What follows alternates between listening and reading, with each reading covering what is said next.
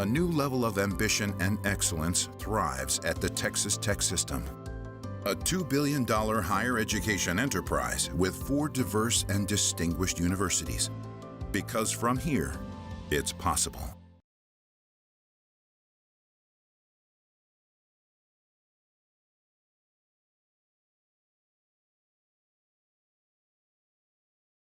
Our panel this morning is on educating the next generation. It is presented by the Texas Tech University System. Though corporate sponsors and donors underwrite this event, they play no role in determining the panel's content, panelists, and lineup questioning. The panel will last 50 minutes. We'll include a 10 to 15 minute period for Q&A. We're doing Q&A a little differently, similar to how we did it at the Texas Tribune Festival for those of you who attended. You can submit questions for the panelists, whether you're here in the room or tuning in online by texting AskTrib to 512-692-0689, or you can tweet using the hashtag AskTrib. So we will have a moderator, my colleague Brandon Formby, who will be looking at those and when the time comes, asking those of the panelists. So with that, I will introduce the panelists. Seated next to me is Kim Alexander, Superintendent of the Roscoe Independent School District. During his doctoral research, he was involved in research in differentiated instruction for economically disadvantaged learners. The research has evolved into Collegiate EduNation, a P20 system model for student success. Seated next to him is Jimmie Don Aycock, represented Killeen in District 54 in the Texas House for 5 terms. In that time, he chaired the Public Education Committee in 2013 and 2015. And if you remember, he was the primary architect of 2013's House Bill 5, which greatly reduced the number of state exams needed to graduate and rewrote the state's diploma requirements. Next to him is Cheryl Sparks, president of Howard College, a 2-year college that serves a 13-county district through campuses in Big Spring, San Angelo, and La Mesa. The Southwest Collegiate Institute for the Deaf serves as the 4th campus and is also located in Big Spring. She's been with the college for 42 years and born and raised in Big Spring. And finally, last but not least, Dr. Sylvia Leal is the Senior Program Officer for Education and Economic Development at the T.L.L Temple Foundation, which has invested more than $440 million to strengthen families and communities in Deep East Texas and to alleviate poverty. With that, we will get started. Now, as you might have heard this morning regarding our polling results that came out, according to the 2018 Future of Rural Texas poll, education was a bright spot. 75% gave excellent or good marks to the quality of K-12 education, and 72% said the same about local options for attending colleges and universities. Dr. Alexander, I'll start with you. That's one of your focuses, to kind of align P-12, higher education, and workforce. Why is that so important, and how do you achieve that in rural areas? That's a good question. And I don't know that there's a simple answer, but we've been dealing with things like early college and STEM Academy for a number of years now, and one thing that we've observed is that, not really a surprise to you, when students do a lot better with a system structure of support. And in the traditional system, the support beyond grade 12 or 14, if you're in early college, is parents and money.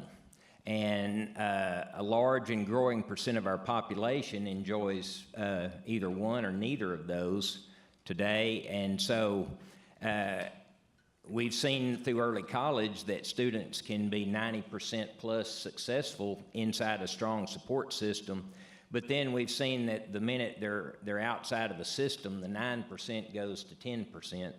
And so what we're hoping to do is, just like we've done with early college, is use the new P-TECH funding model to keep students inside a support system beyond high school, beyond community college, and through completion of the bachelor's degree and hopefully the graduate degree. We think that we've got this new non-traditional student, and Texas is the fastest growing state in the nation, and most of that growth is economically disadvantaged. And so We know the research tells us that the way to break generational poverty is through higher education. And so I think we really need to look at ways, models to extend the system upward where students can have more support. And so we're working with a number of institutions trying to figure out a way for a model for a distributed bachelor's degree to take the cost of living out of the equation, use P-TECH funding to continue to draw funding on students through the completion of the bachelor's degree, where we can help with their books, tuition, and fees, and then also provide paid student apprenticeship opportunities. And we think if anything you can do in Roscoe, you can do it anywhere if you get the structure right. And President Sparks, you work with a lot of the school districts in West Texas. Are you trying to kind of make that connection so the students in those districts know that higher education is a logical next step if they're able? Absolutely. As you mentioned earlier, we have a 13-county service area. Our most northern point is up by Lamesa, and our most southern point is down by Junction. We like to say that we're the biggest proponents of the Ports to Plains initiative in the state because we're up and down Highway 87 all the time. And back in the 90s, when the service areas were distributed amongst the 50 community college districts, we, just like all the other community colleges, made an effort to outreach to all of our school districts. And in our particular area, we're mainly 1A and 2A. We have some 3A, 1 6A, and 3 4As. And so we're mainly small. And we knew that we needed to get out to all of our school districts through that dual credit opportunity and provide options for those young people. So we've been doing that for several years now, to the point that almost 50% of our enrollment is dual credit. Well, and our poll showed that people enjoy their quality of life in rural areas. They like the pace, they like no traffic, which we would all really like for those of us who come from the cities. Would this be attractive to potential teachers, Chairman? I know that's a focus of yours as far as attracting qualified teachers to ensure these schools stay up and running. The issues that have been talked about already at this conference are critical to that: transportation, health care. I think we've got to find innovative ways to grow our own teachers in those local communities. We've got to find innovative ways to attract bright young teachers to stay in their local community after they go off to college. Our tendency has been around the state for those teachers to get trained, but they move off to the more urban areas very, very frequently. And unfortunately, we're losing about half of our teachers by year 5. They start off in a teaching career, and for one reason or another, pay, work conditions, discipline issues, family needs, they typically are leaving in large numbers by year 5, and we've simply got to stop that exodus and find ways to retain those teachers. I think some of those rural districts are going to have to get innovative as far as housing offerings and child care offerings and things like that that attract young teachers to stay in those rural communities. Do you foresee a legislative fix like we've seen with, rural doctors and, saying if you serve in certain parts of the state? I think there's certainly room for some U-Serve type loan forgiveness and things like that. I think anything that will attract those teachers to stay in those communities. Many of them have roots there, they've grown up there, they know the communities, they like the quality of life, but suddenly they find themselves in a college setting and they just don't go back. And that's simply got to be remedied. We've jumped ahead to higher education, but it all starts with pre-K, and that's been a focus of our governor, in trying to fund that statewide. That's a focus of yours, Dr. Leal. How important is it, and what does that look like in rural Texas as far as access to early childhood education? Well, we've been collecting some data through the E3 Alliance to understand that issue specifically. And we know that many of our students, not only in East Texas, through rural East Texas, but throughout the state, are coming to our schools not ready to begin kinder. So we know from the data and the research that pre-kinder has a significant impact in helping these students to get a good start on education. Why is that important? Because we know that throughout the pipeline of education, if they get a good start, at kinder, they're more than likely to stay on track as they progress through the pipeline.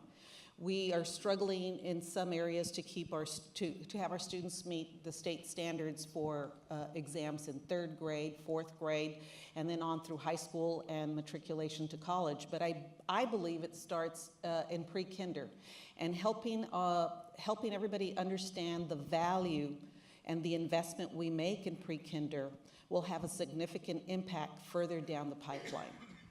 What does that access look like? I mean, is it prolific in the rural counties?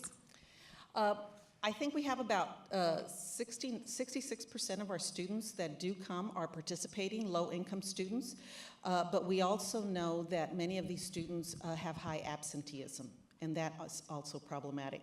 So while there are many school districts, all of our school districts offer some kind of pre-kinder, either a half day or full day, we know that we're not getting all the students that need to be in pre-kinder to be in pre-kinder. We're getting, it's coming along, but I think we need to get more information out to the parents, more information out to our school boards to understand the value and investment of pre-kinder.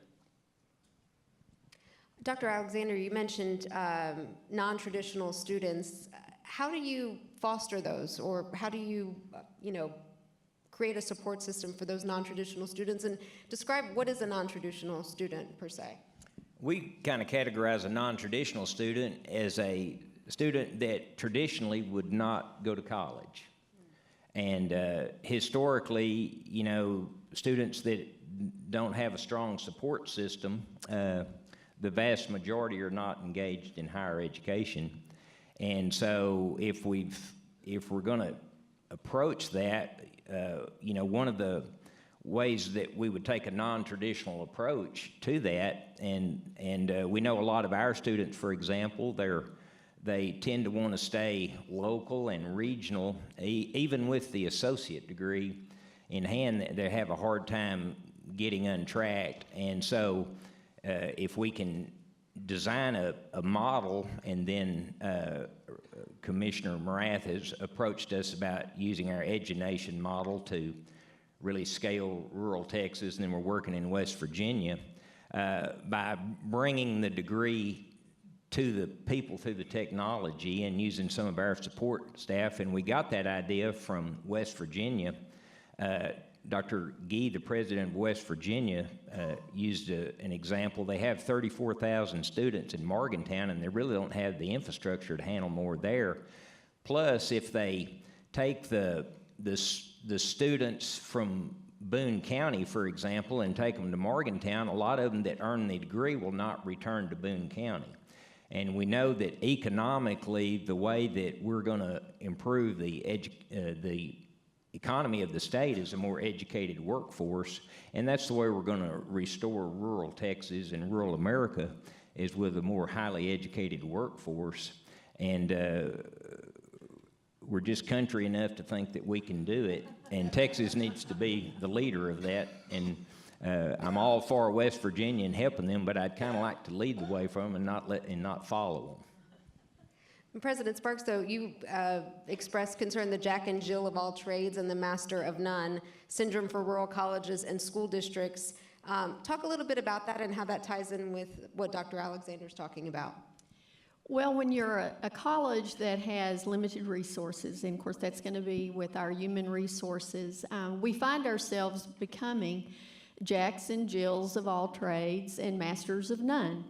And most of us, we all like to make A's in education lots of times, those of us who go into that, and we find ourselves sometimes feeling like that we are not necessarily making those A's because we're finding that we're needing to take care of lots of different things. The reality is that when you're small, you're still going to be expected to do all the reports and have all the information that is required, just as a place that has a lot more resources. But a good way to look at that is that when you are a Jack and Jill of all trades, then you become a little bit knowledgeable about a lot of things. And so we can be conversant, but it is a challenge. It's a challenge for a small college, and I would suspect, as I've talked with my colleagues in the school districts, it's also the same for them. I'm sure a theme of today across all these different subject matters will be technology and just how pivotal that is to reaching Texans in these rural areas that are away from the city centers. Chairman Aycock, that's a focus of yours, is just availability of broadband. Pretty simple, it seems. We've talked a lot about build-out, building the remaining miles and miles of lines that have to be laid to reach rural Texas. I think there's some of those areas that need to be built out. I think there may be an opportunity for some of those most remote outlying areas not to be built out, but to depend on satellite feed. I think we've got to explore something besides just the physical line possibilities that exist. I know that we need high-speed inline as much as possible.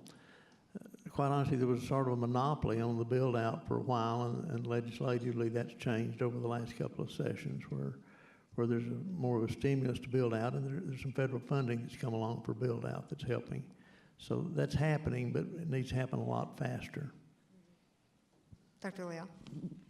Yes, I believe that broadband, as Tom was saying this morning, is the new connector for our rural counties. I mean, we have to look at broadband not only as something that is an extra in our lives, but truly a necessity. We have to look at it in rural Texas, especially where areas where we don't have close connections to higher ed, we don't have close connections to hospitals and other amenities like that. We have to use the technology. And so one of the things that I would like to talk about often is that for rural Texas, we have to think about the best broadband connectivity for these rural areas, because it is our connector to the world. And primarily in education, I know often people talk about, well, they need it for homework. It's more than just homework. They need broadband to be able to connect to good math and science teachers if we can't get them into our rural areas. We need broadband to connect to some of the highest quality of resource and curriculum that's out there. And we need this to connect to higher education as well, if they're not able to drive many miles to get to the closest higher education institution. And this is very critical, I believe, for rural Texas, because we need to ensure that our rural students have the same opportunity to stay competitive with our urban counterparts. In the urban cities, they're getting the broadbands, they connect to the world, they're getting all of this high-tech curriculum that is available through software and internet. And we need that for our rural students that don't have those opportunities because of how far they live from these areas.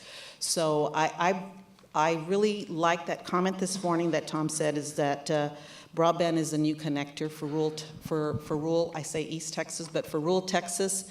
And it's something we really have to really make some effort to find out solutions, quick solutions for that, to stay competitive. You talk about the even playing field, and Dr. Alexander, you call it the rural dilemma of minimal resources leading to lower expectations and outcomes for rural students. Aside from technology, how do you combat that? Well, I think one thing we learned many years ago now when we started looking beyond the high school diploma is that independent school districts were designed to produce high school diplomas, and that's basically the resources that we have independently. But when we start looking collaboratively with higher education and now even the workforce, the resources are there, and there's power in collaboration. And that's what I am talking about when I'm talking about expanding the system, where, to me, in a perfect world in Texas, every student that's in K-12 is in a higher education system that the expectation is to progress through that system and to degree. Now that college degree is the expectation in terms of employment, so that when I talk about outgrowing the system, the high school diploma won't get a student as many opportunities as it once would, but collaboratively, we think that we can create a model for all students to have an expectation of college and then into the workforce at a higher level of education that leads to greater job satisfaction and greater opportunity for advancement. President Sparks, distance and technology connections, how do those impact dual credit and just rural community growth? Without a doubt, technology is vital to be able to reach out to our school districts across that 13-county service area that we have. And back in the 90s, we were very fortunate that we had a donor who allowed us to construct some ITV classrooms on our Big Spring campus, our San Angelo campus, and our Lamesa campus. And then after that point in time, the regional service centers and across the state, we saw a lot of technology growth so that the small school districts could be connected. And we've been very innovative. We've got a very innovative team at Howard College that tries to seek every new way they can to reach out to those school districts. But still, we have the situations where some of our students, although they may have opportunities at their place of school, when they leave, they may not have as good connectivity when they get home. And so that is a true challenge. But again, as we've all talked about, we've got to be innovative. We've got to look for partnerships, be collaborative, and find ways to make it happen. I'm like Kim, I'm country enough to believe we can do it, and let's just figure it out.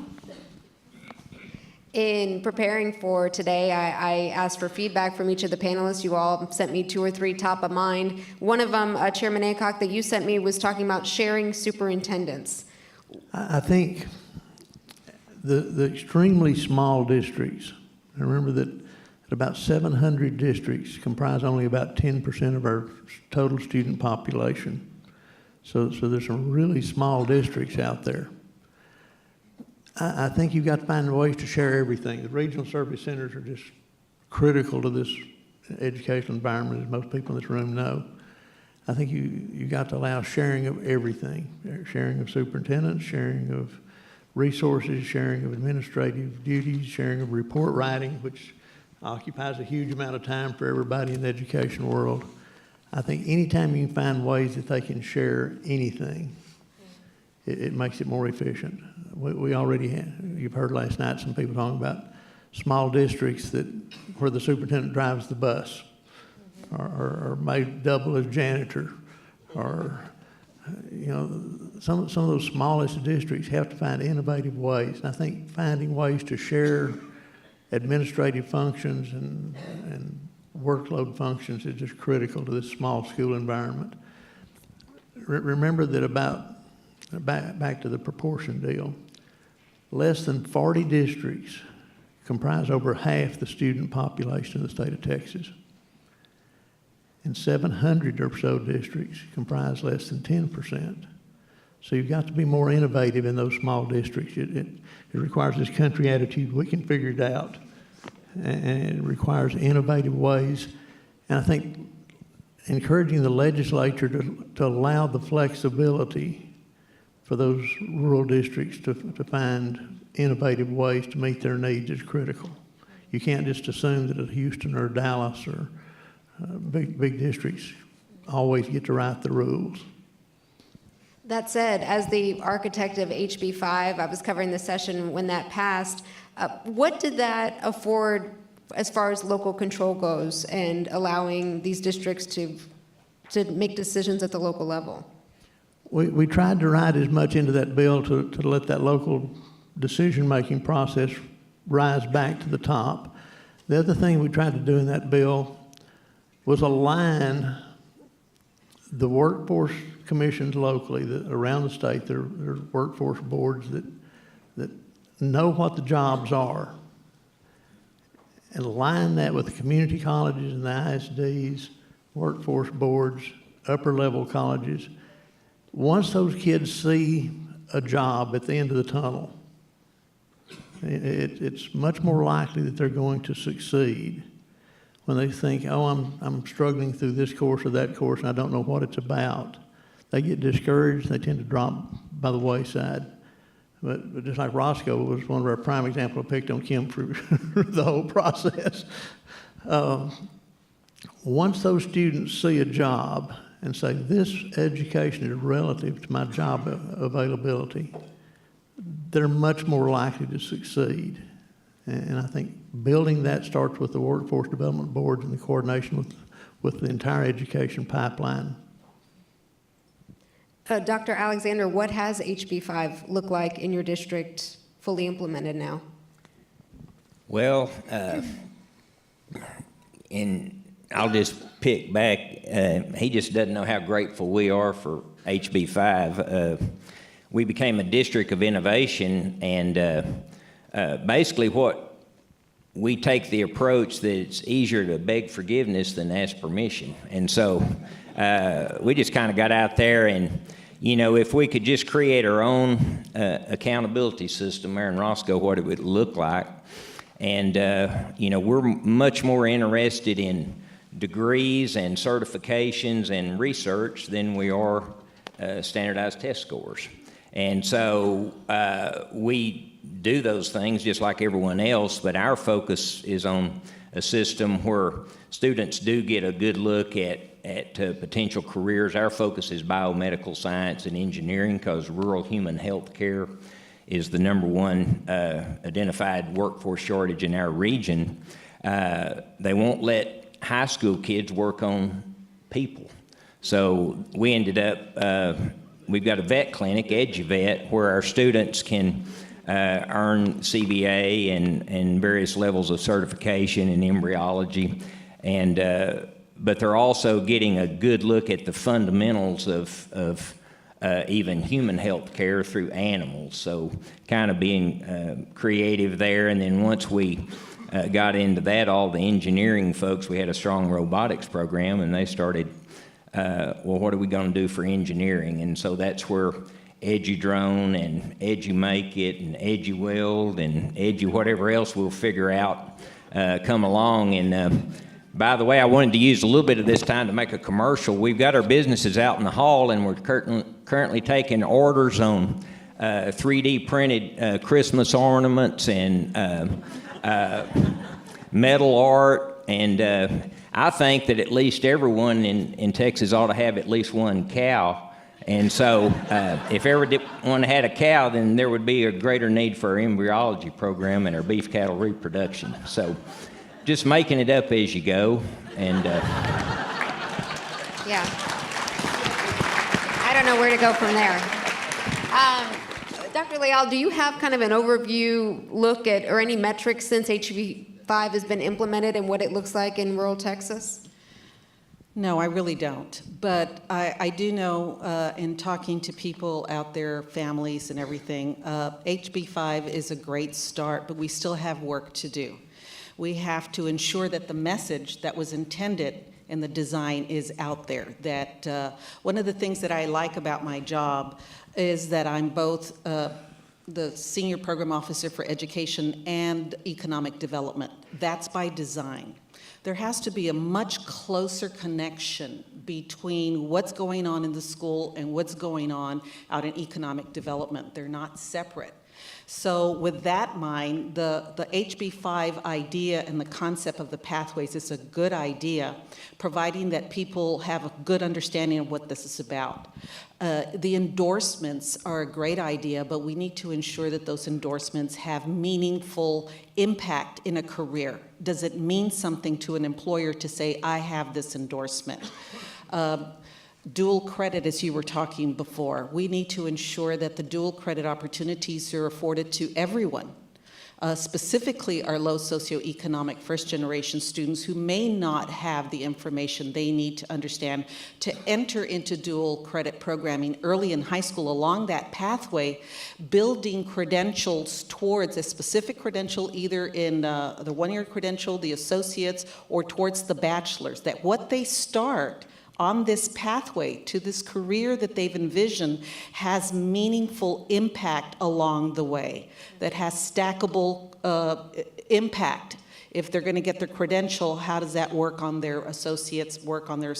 How does that impact their bachelor's towards their intended career path that they want?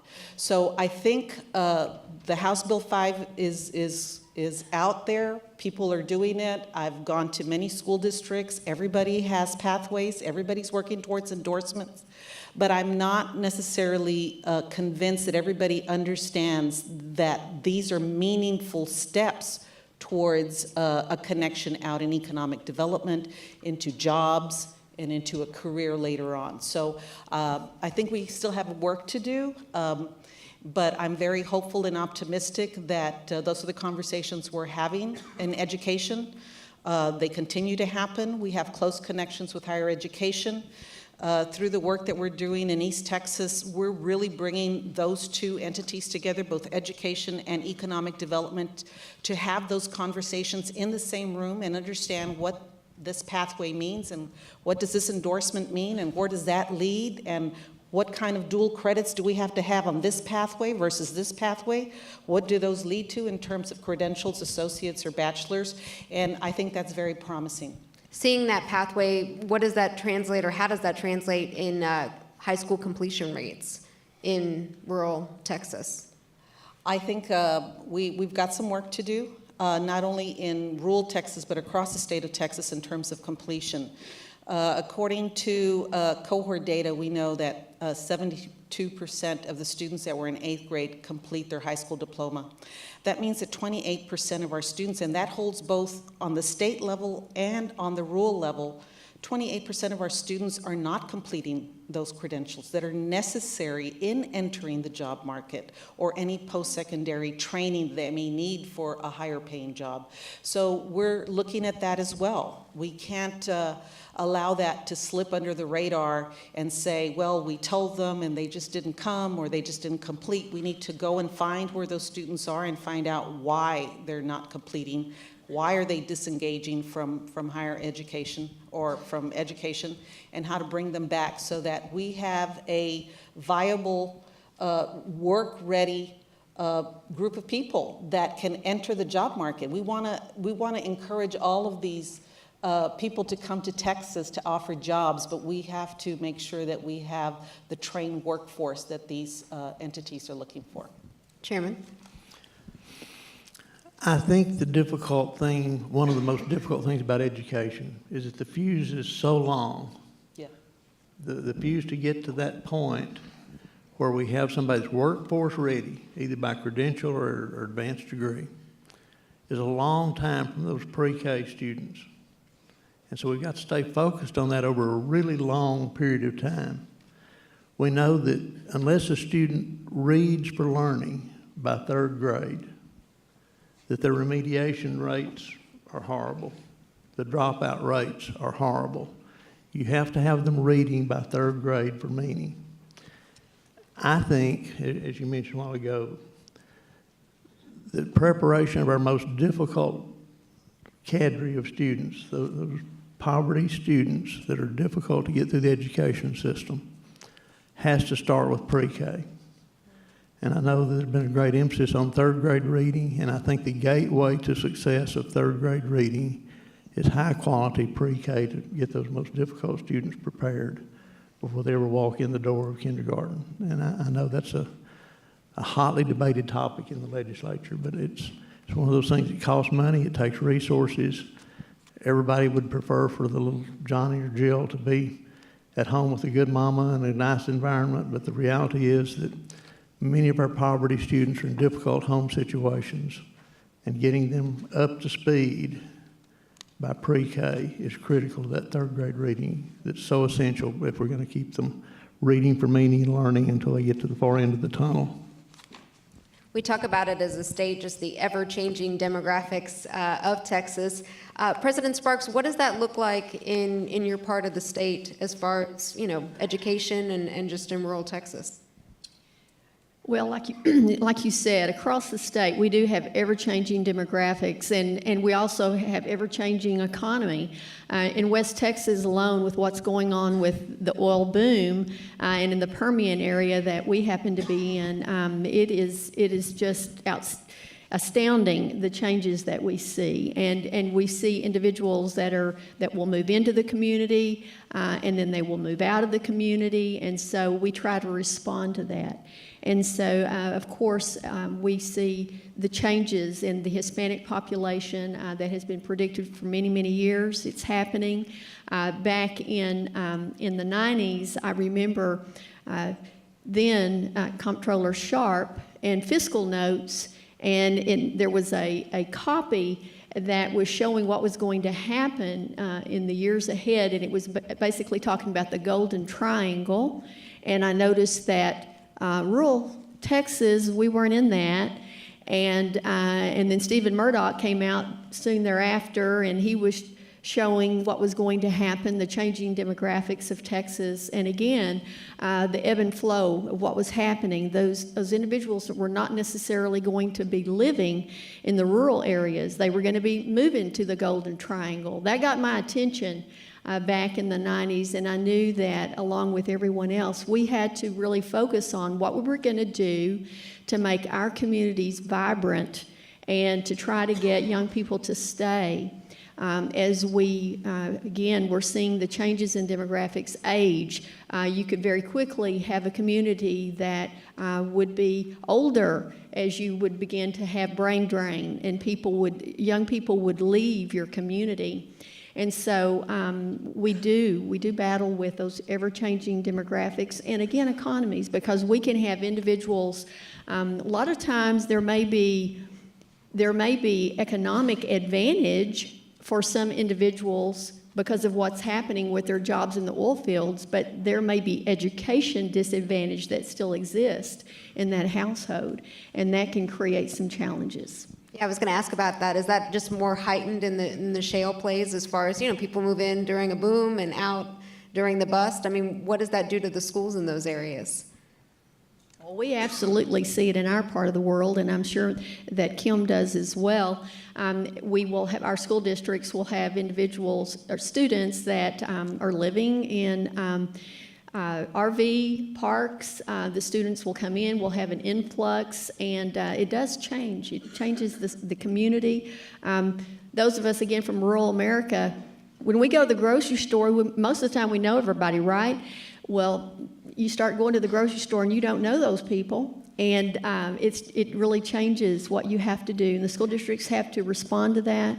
As community colleges, we do as well, because again, you have individuals that are coming to the community and you want to try to, there may be a wife that wants to get some education while her husband is in that area, and so we have to respond to those changes. What do those changes, or the way you address those changes, Dr. Alexander, look like in your area? Well, what we're trying to do is figure out ways to, as I mentioned, have a more highly educated population that's homegrown.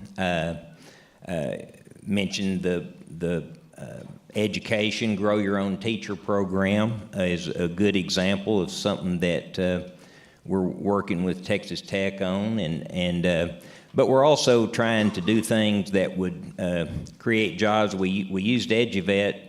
The primary purpose was to prepare students for human health care jobs, because that's where the job market is. But at the same time, there's a rural food animal veterinary shortage, and so if we can end up with a 3-division vet clinic that has a couple of small animal vets and a couple of equine and bovine, there's 6 pretty good jobs. And usually where there's a DVM, there's a vet tech, and that's a pretty good job. And so the drone curriculum to, they're projecting that to be an $82 billion industry in the U.S. by 2025. Now, we don't want the entire market in Roscoe, but we want our fair share of it. And so, and just things like that, the welding certifications, and that's what brings the relevance that creates high levels of student engagement, so that you can ask them to do things like get halfway done with college before they finish high school. That's kind of a demanding thing, and you can't do that if they can't see the relevance. Well, why do I need to know or be able to do that? Well, here's why. Here's the jobs, and that's what it requires. Shifting gears slightly, I was sitting on a stage in Abilene last month with Representatives Lambert and Springer, and obviously being in rural Texas, and the issue of how this coming session school safety is going to look in rural areas. And both of them told me that most of their districts use the school marshal program. So they have, somebody or a couple people who are armed on campus. What does that look like right now? I mean, is that the solution, at least in rural Texas, as far as addressing school safety, Dr. Leal?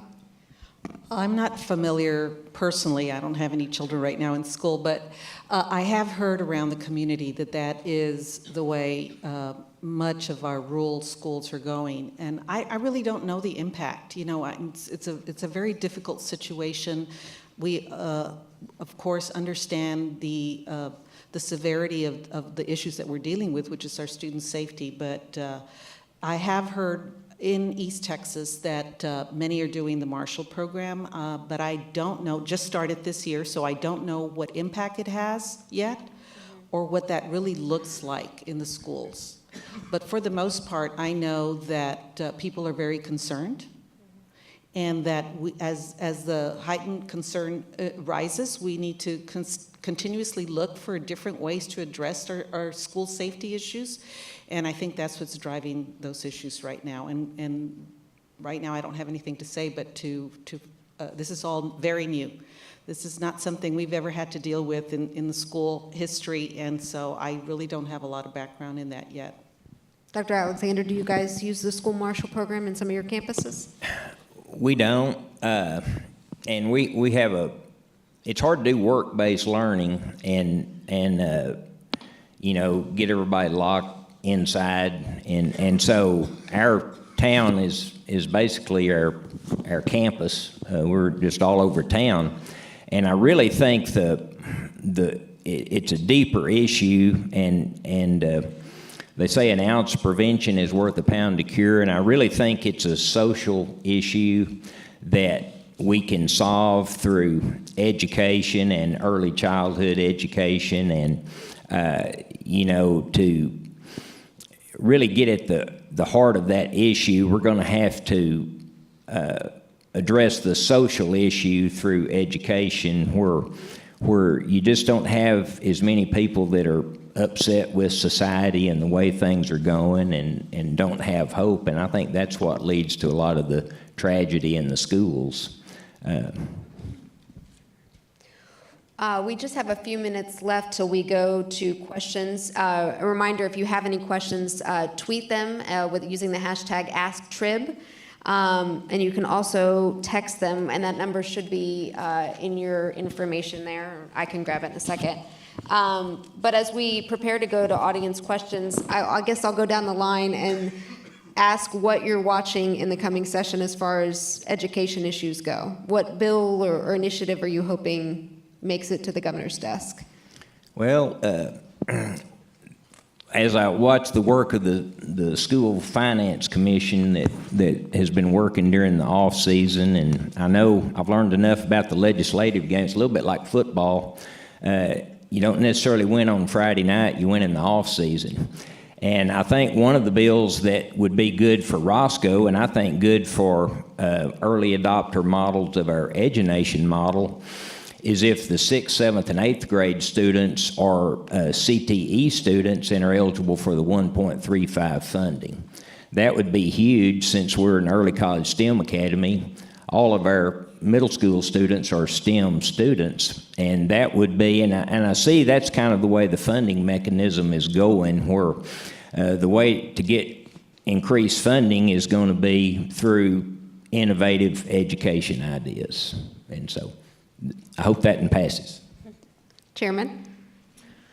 Let me take this broader than education. For a number of years, Texas is, as Chairman Otto, where are you, John? He was over there a while ago. He left. Anyway, he said for a number of years, Texas has put Band-Aids on a whole lot of problems, education being one of those problems. We put Band-Aids on transportation. We put Band-Aids on water. At some point, Texas has to have a discussion about revenues. The mantra through the legislature for the last 10 or 12 years has been, we shall not raise your taxes. We shall not seek other areas of revenue. And I think, while I'm a Republican and a proud conservative, I think we've come to the point in the state where we must examine the possibility of some sort of revenue increase, because the issues are so great, starting with education, in my opinion. Also extending into healthcare, mental health care, the whole crisis of why are so many people doing so many violent things. It's a mental health issue. And in order to address those important issues, whether you're in rural Texas or urban Texas, at some point, Texas is going to have a discussion about revenues. President Sparks. Well, of course, revenue. As community colleges, we're always interested in that appropriations bill, and the first thing that comes out, and we're in favor of what you're saying, Mr. Aycock, as far as increasing that revenue for the opportunities for all of us. School finance, of course, drives a whole education system, and so getting that right and addressing that, because that has been something that has been a devil in the details for all of us for several years now. House Bill 5, I want to also thank you for what you accomplished with that. Without a doubt, the alignment and the collaboration that we now see between workforce, the schools, the colleges, the EDCs, that is making a difference. And so we'll be paying attention to what is happening with the dual credit bills as well as anything to do with workforce. Thank you. And Dr. Leal? Definitely school finance. I think we've heard over the last 2 days since earlier with other people making comments, more and more burden is being placed on our taxpayers to support the schools, and yet we're asking more and more and more of our school people, of our teachers, to do all of these things that we want them to do with this future workforce and preparation, but we need to be willing to support that and really have a hard consideration about what we want to do in Texas. And if education, and we want to build that workforce and we want that educated workforce, we have to invest in it. And I think that's going to start with rethinking school finance. It seems like there's momentum this session, but we'll wait and see. With that, I'm going to toss it over to my colleague, Brandon Formby, who is moderating the questions that are coming in. Brandon? Okay, this one comes from Bryce White. How important do you find training for vocational technical skills to be in a world that pushes higher ed degrees? Who wants to field that? I'll take that. I will say that, again, the change with House Bill 5, for so many years, there was such an emphasis on everyone getting their 4-year degree, and certainly that was an option, but that shift from, I'm going to call it the old days, the vocational ed, now we call it career technical education. It makes sense because those students, as Kim was saying, they see those opportunities in the rural areas. A lot of times, the jobs that are available, those are the skills that are necessary to get that job. And I will tell you, as we all know, some of those jobs, they make a lot of money. They make more than some of us who have gone to school for a very long time. So vocational skills are very important. I'd like to follow up with that and say, I don't think it's either or. I think we need to understand that the demands of the workforce have changed. And a national entity, Jobs for America, states that most jobs today will require some sort of formal training. And so I think we get caught up in the term college, thinking that it's a 4-year degree, but we need to understand that college really means post-secondary training, workforce training, a trainable way to get our people ready for the type of jobs that we want to attract to Texas. Manufacturing, for example, is very advanced today. Requires people to be able to know how to program computers, be able to fix those computers. Those, you go to a 2-year institution to get those. So I think we need to rethink the idea of what vocational versus college means and understand that what we're talking about here is post-secondary training for a trained workforce. Thank you. Brandon? This one comes from Hannah Temple in Austin. Are there enough academic advisors in rural schools to help students navigate House Bill 5's pathways? Chairman? During the discussion of House Bill 5, one of the really great concerns we had was about counseling. And the most difficult and challenging part of House Bill 5 is helping people through those decisions early in their education process as to how they're going to head down a road. And there's even a debate about is 8th grade too soon to start talking about a career. I don't think it is. For some kids, maybe so. But the counselors, bless their hearts, there are too few of them. Their duties are scattered too thin. It's difficult to implement much of what House Bill 5 has required in our present counseling environment. And that was debated on the floor. It's still a problem. I think it will be a problem until we fund enough to get some counselors and train those counselors in not just emotional counseling, but also in career guidance counseling. And those are sort of two different things in some cases. Going back to industry, we heard last night that we need 200,000 workers in the oil industry. Do we have specific programs to prepare high school graduates to work in the oil industry? Dr. Alexander?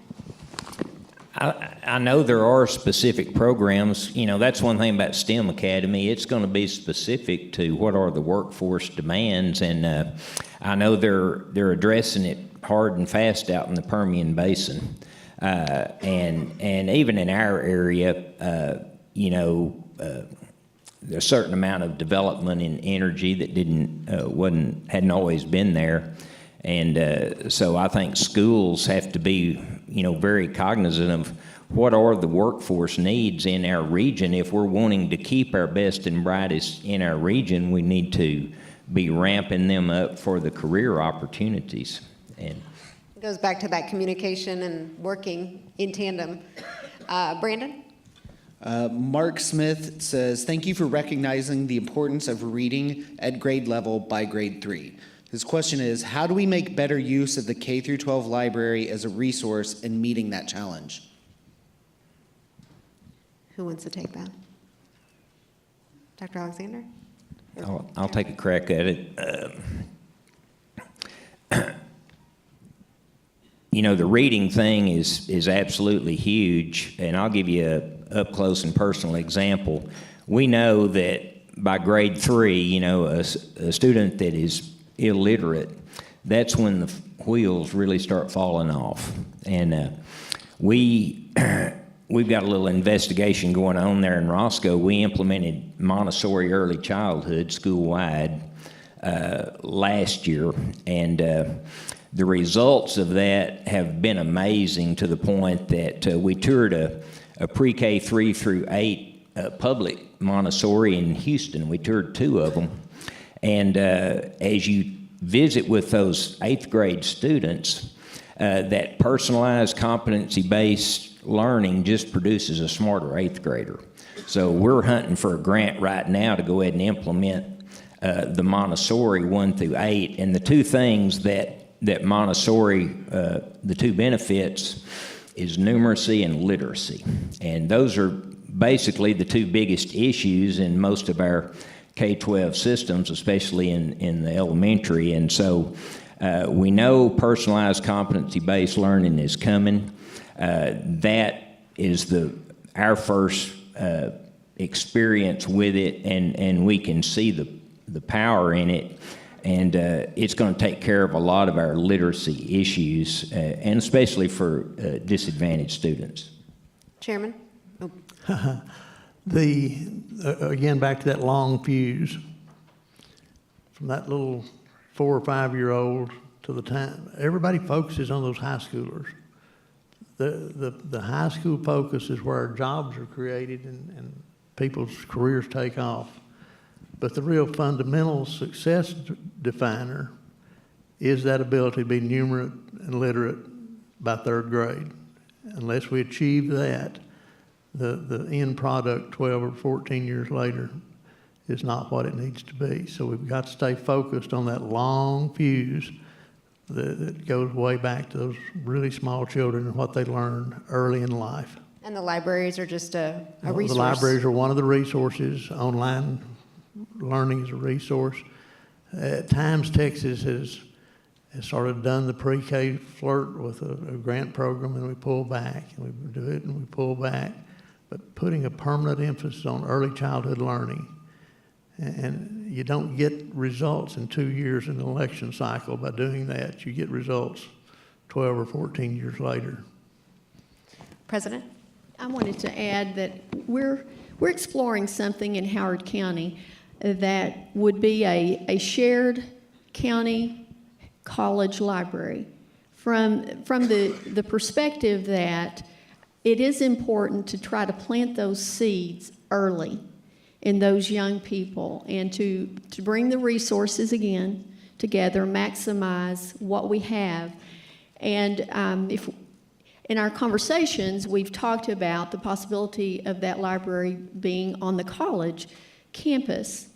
And of course, the idea there is the sooner you can get a young person on the campus to feel that I can do this, I'm comfortable with this, and also create spaces that are not just but creator spaces, so that young people have the opportunity to come in and to see that learning can be active and it can be creative, and then there are the times that you can go off and you can be quiet as well. So we're exploring that to see if that would be a way to make a difference in some young people's lives.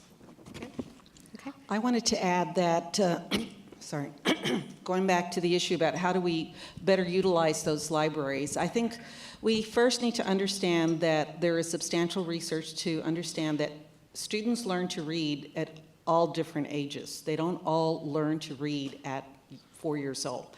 So that we can use those libraries to be able to maybe model lessons for parents in the evening, help them identify quality books. Not all the books are really quality for them to be exposed to, but helping parents, helping other people to understand, how do I help this young child learn to read? And understanding that if they're not reading by 4 or 5 years old doesn't mean that they're never going to read, but I need to understand how to help them and how to select the books. So we could better utilize that opportunity of the libraries to not only have it open for students, but to have a shared space where librarians or teachers come in and model for parents. This is how you engage in a reading with a book. Here's some quality books on numeracy. Here's some quality books on whatever topic that you're looking for, and this is how you engage and help them. So that would be one way. Well, real quick, we're almost out of time. Go ahead. Okay, and I want to come back to the power of collaboration on these libraries. If you've ever been in the library at Roscoe, it's a pretty dinky little library, but we don't need a very good one because we have access to the Texas A&M library. And all of our students carry a research project, and they help the university library here. We send them the research project that a third grader's working on, and they pull the resources that are appropriate for that grade and that topic. And so that collaboration in resources, everyone can have access to libraries like the one on this campus and through the collaboration. Shared resources. Well, thank you very much. That concludes this panel. We will have about a 8 to 10 minute break, and then we'll resume the program. Let's have a round of applause for our panelists.